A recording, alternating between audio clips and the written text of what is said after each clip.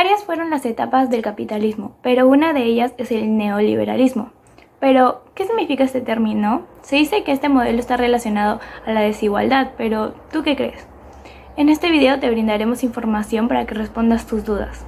Empecemos. El siglo XXI se está desarrollando en base a modelo neoliberal y a mundo globalizado. Para profundizar en este tema, empecemos hablando de aquel modelo. El neoliberalismo o nuevo liberalismo, según la RAE, es la teoría política y económica que tiende a reducir al mínimo la intervención del Estado. Pero, ¿qué entendemos por intervención mínima del Estado? El nuevo pensamiento liberal plantea la idea de desregulación económica, donde se fomenta el desarrollo de economías abiertas, poca intervención del Estado, se promueven las privatizaciones y se reduce de manera considerable el gasto público. Ahora bien, hablaremos de un contexto histórico. Adam Smith planteó el liberalismo económico a raíz del proceso de la industrialización, el cual se basa en que una mano invisible debía regular la economía y las fuerzas de la oferta y la demanda. Es decir, el Estado no debía intervenir. Tiempo después, con el crack del 29 y la Guerra Fría, se planteó el estado de bienestar keynesiano, donde a los obreros y campesinos se les ofrecía vivienda, educación, atención sanitaria, entre otros, y al pasar de los años, a partir de 1970, ya no era conveniente darle todo a los personajes mencionados, debido a la inestabilidad política, y por ello aquel estado llegó a su fin, dando a conocer el nuevo liberalismo. Pero tengamos en cuenta que antes de eso, este modelo neoliberal ya había sido planteado por diversos autores, como es el caso de von Mises, con su libro Socialismo, publicado en 1922, y Liberalismo, publicado en 1927. Otros consideran que el término fue acuñado por Walter Lippmann, aunque también está el libro de Friedman, Libertad de elegir hacia un nuevo liberalismo económico, publicado en 1979. Por otro lado, la puesta en práctica del neoliberalismo se dio de diversas maneras. En 1970, en América Latina, discípulos chilenos de Friedman fueron los primeros en implementar estas medidas económicas. Durante la dictadura de Pinochet, a estos economistas se les conoció como los Chicago Boys. Por otro lado, el neoliberalismo se vio también en Gran Bretaña durante el mandato de Margaret Thatcher y en Estados Unidos durante el gobierno de Ronald Reagan. En conclusión, el modelo neoliberal prioriza la propiedad privada, el libre mercado y comercio. Además, desarrolla la política de deja hacer, donde se plantea que el Estado no debe actuar ni intervenir, sino que debe incitar al desarrollo del sector privado. También fomenta el crecimiento económico como objetivo fundamental, mostrando desinterés y desconfianza por la búsqueda de la igualdad social. Por otro lado, le da prioridad al mercado mundial sobre el mercado interno. Otro concepto muy relacionado al neoliberalismo es la globalización.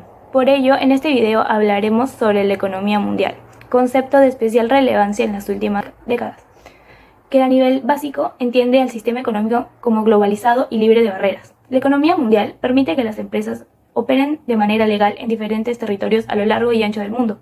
Esto también debido a la mejora exponencial de las comunicaciones y el avance constante de las tecnologías de comunicación gracias a Internet, el cual permite el desarrollo de la economía electrónica. En ese sentido, podemos mencionar a dos autores involucrados en estos aspectos, a Immanuel Wallerstein y Anthony Giddens. Es de alta relevancia mencionarlos debido a que sus teorías y explicaciones en relación con el desarrollo de la globalización han influenciado mucho en cómo es la economía actual. Pero, ¿de qué manera? Pues en el caso de Immanuel Wallerstein, él planteaba el sistema mundial moderno, es decir, un mundo interconectado por relaciones económicas capitalistas. Esto tuvo origen en Europa durante los siglos XVI y XVII, cuando el colonialismo permitió que países como Gran Bretaña, Holanda y Francia exploraran los recursos de los países que colonizaban, lo cual generó acumulación del capital. Esta división global del trabajo creó un grupo de países ricos, pero también empobreció a otros dificultando su desarrollo, lo cual predomina en la actualidad en relación a la división que le dio el sistema mundial. Es decir, los países hasta el día de hoy se dividen en núcleo central, que son los países superiores y desarrollados, semiperiferia, los países que van en camino a convertirse en potencias, y las periferias, que son los países dependientes. Y en el caso de Anthony Giddens, él se enfocaba en el aspecto tecnológico, donde mencionaba que la globalización se daba en base a la intensificación de las relaciones sociales, es decir, al desarrollo y avance de la comunicación y tecnología. Como se pueden dar cuenta, Ambas teorías, tanto la de Wallerstein y Giddens, están sumamente relacionadas con las características de la economía mundial. Bien, ahora seguimos con lo mencionado. Gracias a la evolución de los mercados internacionales y el desarrollo económico, las empresas se han hecho cada vez más grandes. Tal es el caso de las grandes compañías multinacionales que han proliferado en diversos sectores económicos. Pero, ¿en qué se caracterizan las empresas multinacionales? En estas compañías se producen bienes o comercializan servicios en más de un país. Pueden ser firmas relativamente pequeñas con una o dos fábricas fuera del país en el que tienen sus bases de operaciones, o gigantescos complejos internacionales cuyas operaciones entrecruzan el globo. Además, tienen un nivel alto de ingresos, en ocasiones superior al Producto Bruto Interno de muchos estados. Una presencia administrativa predominante en países desarrollados y son capaces de influir en decisiones políticas, crear tendencias sociales y moldear los ideales de la población mundial según sus propios intereses. Algunos ejemplos son Coca-Cola, General Motors, Nestlé, Honda, Burger King y Adidas. Las multinacionales ganaron importancia a partir de 1945. En los primeros tiempos de la posguerra, la expansión provino de empresas radicadas en los Estados Unidos, pero en los años 70 las europeas y japonesas también comenzaron a invertir en el extranjero. A finales de los 80 y en los 90, las multinacionales se expandieron de forma espectacular, con el establecimiento de los tres poderosos mercados regionales. Europa con el mercado único, la región asiática del Pacífico con la Declaración de Osaka, que garantiza la existencia de un comercio libre y abierto para el 2010, y Norteamérica con el NAFTA, de acuerdo con el libre comercio entre los Estados Unidos, Canadá y México. A pesar de ello, tengamos en cuenta que el desarrollo de las compañías multinacionales son debate de muchos críticos, donde algunos argumentan que estas compañías ofrecen malas condiciones de trabajo en los países en los que se encuentran, pues a menudo se ubican en países en los cuales los salarios de los trabajadores son bajos y los derechos laborales son mínimos, lo que hace que los costos de los productos sean menores. Por otro lado, plantean que las grandes corporaciones utilizan su inmenso poder de compra y la acción para tomar el gobierno de los mercados locales, por lo cual las compañías locales son literalmente barridas de la escena. Por la otra parte, los defensores argumentan que las transnacionales son la auténtica esencia de la economía global y que son cruciales para el progreso de las poblaciones de un mundo en desarrollo. Como ventajas, la existencia de una economía global contribuye a que sea posible disponer de un número mayor de posibilidades de consumo en cuanto a bienes y servicios se refiere. Al mismo tiempo, el precio de los productos es menor con la globalización debido a que las empresas buscan mayores niveles de eficiencia a la hora de producir y vender. Con relación a los inconvenientes que pueden existir debido al desarrollo de la economía global, llegamos a las crisis económicas contemporáneas. Entonces, ¿qué son? Para Luis Arizmendi, son las crisis más complejas, de mayores alcances y riesgos de la historia moderna, la cual derrumbó la ilusión del progreso contenido en el discurso del poder neoliberal.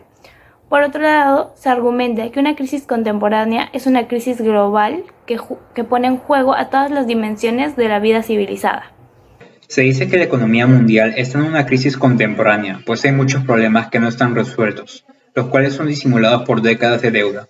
Esta crisis se basa en la pérdida de vitalidad continua de las economías capitalistas avanzadas cuyas bases se cimentaron en el neoliberalismo. Esto se aprecia en el aumento del desempleo y el empobrecimiento en la sociedad constante. Por otro lado, se afirma que las políticas públicas implementadas como solución a la crisis provocan recesión a la recesión. Esto se pudo apreciar en las crisis de los subprime en 2008, en el cual los gobiernos, para evitar el desplome económico, encontraron muchas dificultades. Luego de establecer planes de salvamiento, las deudas públicas de Estados Unidos, Inglaterra y otros países de Europa se incrementaron de 20 a 40 puntos del PBI. Lo siguiente fue una reacción en cadena. Surgió la crisis de desconfianza en los mercados bursátiles, aumentó la inflación, así como los costos de las materias primas, como el petróleo. La crisis permaneció. Fue en 2011 que países como Portugal y Grecia enfrentaron la crisis a las deudas soberanas, la cual se logró amortiguar debido a la intervención de otros estados de la zona euro. Esta crisis no solo afectó a la economía, sino también a la sociedad y a la política. Por ejemplo, para formar parte de la Unión Europea, los países deben cumplir con ciertos requisitos relacionados al PBI y a la deuda pública. Requisitos que no podía cumplir Grecia, el cual estaba en crisis y se declaró en quiebra en el año 2009. Si bien se implementaron medidas de solución, como promover operaciones de rescate, estas no fueron buenas del todo. Por ejemplo, la zona euro le impuso a Grecia medidas restrictivas que debían adoptar. De no ser así, debían abandonar la zona euro. Las medidas se basaban en reducir el gasto público e incrementar los ingresos a través del aumento de impuestos. Esto solo empobrecía a los pobres, reducía poder adquisitivo y disminuía la inversión de las empresas. Estas políticas, conocidas como modelo de austeridad, trajo consecuencias negativas a largo plazo. El modelo de austeridad es cuestionado, pues solo aplaca momentáneamente la crisis. Muchos expertos sostienen que es necesario un cambio que impida el riesgo sistemático, como el de los subprime, cuyo caso multiplicó por 1000 las pérdidas sufridas. Además, recomiendan segmentar la actividad financiera, especializando a los actores financieros en ciertos mercados. Desde este punto de vista, es necesario oponerse a la total libertad de los movimientos de capital, los cuales promueven un mercado unificado de escala mundial. Mientras este cambio no se implemente, seguiremos en una crisis contemporánea con el temor de vivir nuevamente las situaciones de crisis mencionadas. Para cerrar el tema del neoliberalismo y su relación con la globalización, haremos una pequeña síntesis basado en las ventajas y desventajas. En cuanto a las ventajas, aquel modelo promueve el comercio sin fronteras y eleva la variedad de productos y de servicios, lo que genera un contexto de mejora continua para destacarse en el mercado respecto al resto de las ofertas. Pero por el lado negativo, genera desigualdad, de forma que solo aquellos que tienen acceso a los servicios privados, como la educación, pueden desarrollarse satisfactoriamente, mientras los que no tienen acceso se estancan y no pueden progresar. También fomenta que el poder sea controlado por una minoría elitista que acapara la productividad y la oferta de servicios. Por otro lado, genera una disminución de los salarios ante la gran demanda de trabajo, por lo que la mano de obra se abarata y, para finalizar, asciende los niveles de contaminación ambiental, debido a que no cumplen ni se implementan normas de calidad establecidas para el cuidado de los recursos. Así pues, esperamos haber despejado tus dudas y haberte apoyado en la decisión de tus respuestas con respecto al neoliberalismo. Eso sería todo por hoy y los esperamos para el siguiente video.